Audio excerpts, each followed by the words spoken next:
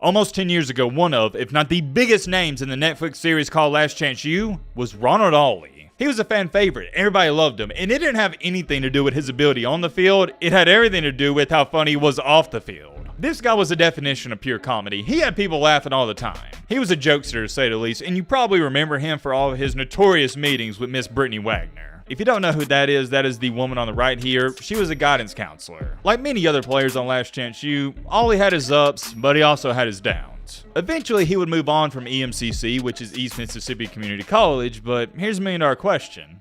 What happened to him after he left? Did he find himself in some trouble? Did he make it to the next level? Is he having a successful career?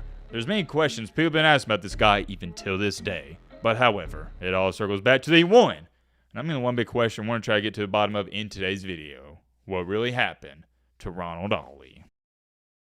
You already know, don't act brand new. To get into Mr. Ronald Ollie's story, we got to throw it all the way back to where things started. Ollie had a rough upbringing. He was actually raised by some relatives in Wayne County, Mississippi. He dreamed of playing in the SEC, wanted to play at Mississippi State, Ole Miss, Alabama, Georgia, schools like that.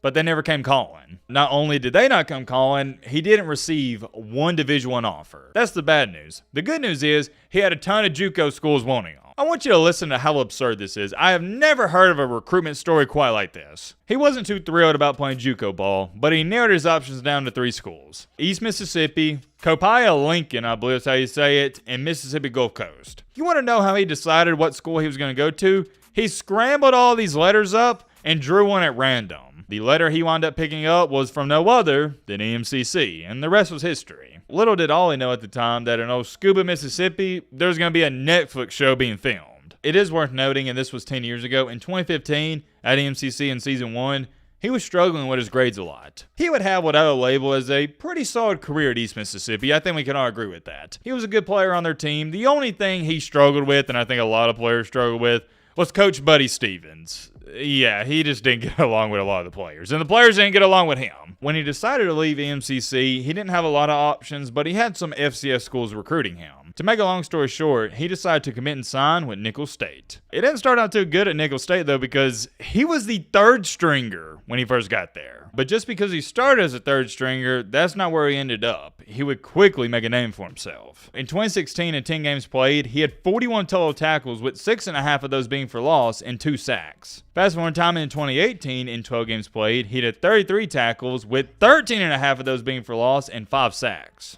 Also worth noting that 2018 defense was one of the better ones in the FCS, and he played a pivotal role. I wouldn't go as far as to saying he was a standout or a star player, and I don't know if I'd say he was really good. On a scale of 1 to 10, I'd rate him a 6. He was slightly above average. One thing that might have hurt him, though, looking back on it, is in 2017, you probably noticed, we talked about his stats in 2016, 2018, but not 17.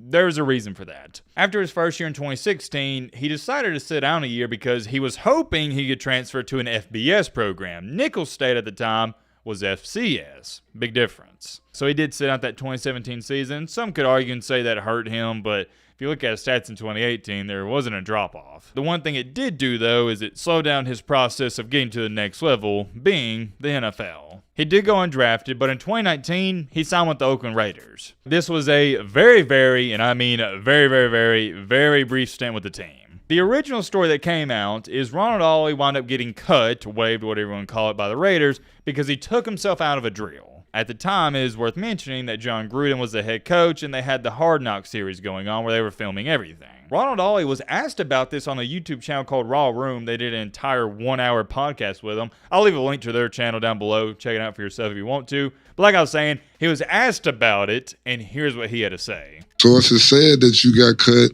after taking yourself out of a drill. It wasn't even that. But it said your Achilles, but then you ain't never go to no treatment, though. But let me tell you what happened. Drew, this the trainer name in Oakland at the time. And he tell me, come to the treatment in the morning. I'm like, what time to come? Man, just come anytime between 6 and 10, man. You'll be all right. So I'm just like, all right, cool. I go at 8 o'clock. I walk in there. John Gruden got the net, got the cameras. He got a lot of people in there.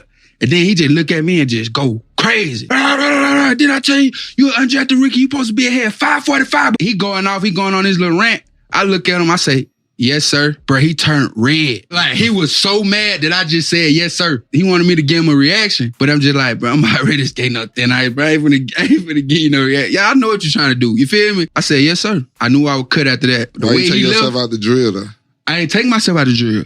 The coach took me out the drill. Brinson Buckner. Buck the one who told me that they set me up, bro, for Hard Knocks. So they set all to look like that so they can keep the narrative on me. So, yeah. There you have it. Not saying I believe it, not saying I don't, but according to Mr.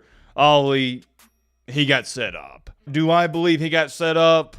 I don't know. I'm not there. I don't know what happened. It's definitely a possibility. But there's a lot of good rebuttals in the comments. For example, this one right here. If he was good enough, somebody would have picked him up, though. He just wasn't good enough for the work ethic he had. I agree with this totally. No, he wasn't good enough for the NFL probably, but that's why they used him for the setup. I think there's a middle ground here. Yeah, he was a decent player, solid player. But at the end of the day, he wasn't a guy you were going to stress over losing. So, yeah, it looked good on them to set him up because, like I said, it's going to get him more views, more attention, yada, yada, yada, all that nice stuff. But here's some words of advice to people, and this was the first thing I thought of. If you're an undrafted free agent and the earliest you're supposed to be there is 6, like they told him 6 to 10, you better be there at 5:30.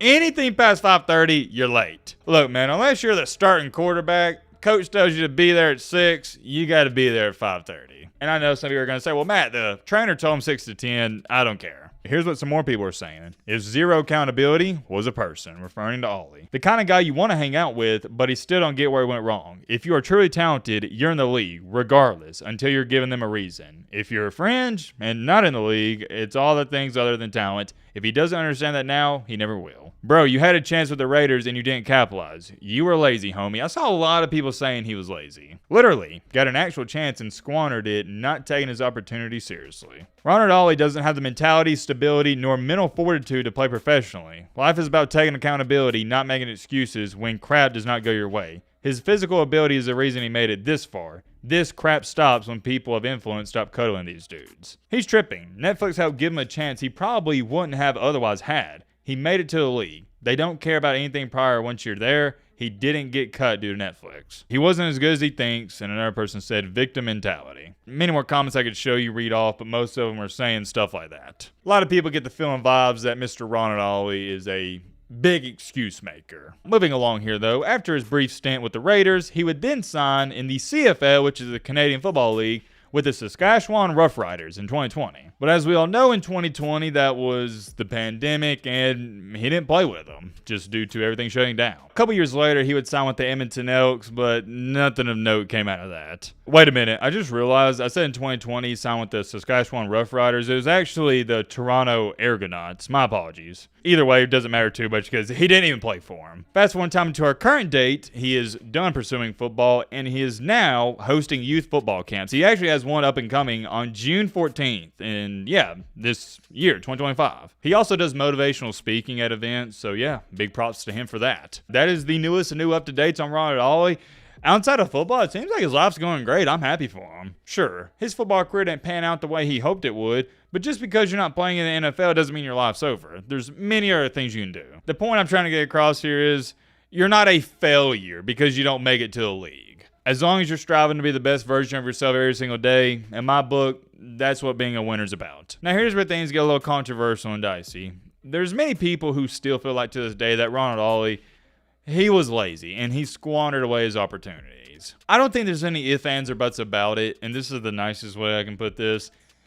Ronald Ollie, with all due respect, wasn't the hardest worker I've ever seen. In some of the interviews I watched, and even when he was at Last Chance U, does he come up with what some people would say excuses? Yes, he does. I wouldn't say he has a victim complex or mentality, though. I think that's pushing it way too far. All in all, I'm glad to see his life's going good, seems happy. That's always a great thing to see because, as we know, at the end of these videos, these stories, they can go sideways, and I mean they go sideways fast. I gotta give a ton of credit and respect to him for just staying out of trouble. For some odd reason, players struggle to do that. Shout out to Ronald Ollie. If you're seeing this, brother, wishing you the best of luck and hope you continue to see a lot of success. Let me know your thoughts on all this down below. But